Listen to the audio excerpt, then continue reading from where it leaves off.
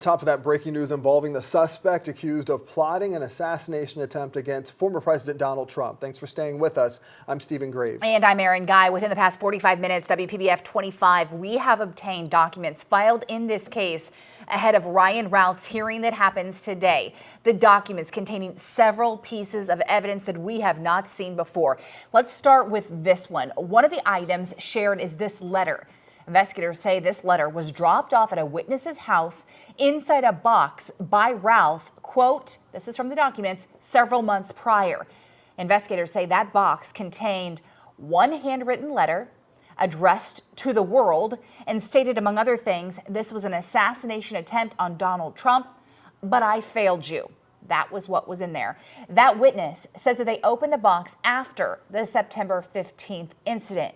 We do not know who that witness was. Now, also in these documents, a photo investigators say show the obliterated serial number on the rifle used by Routh. That's what you're looking at.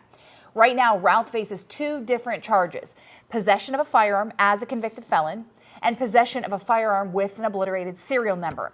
More charges on the federal and possibly even the state level are possible. Now, taking a live look now at the federal courthouse in downtown West Palm Beach, that's where Ryan Routh will appear in about 2 hours.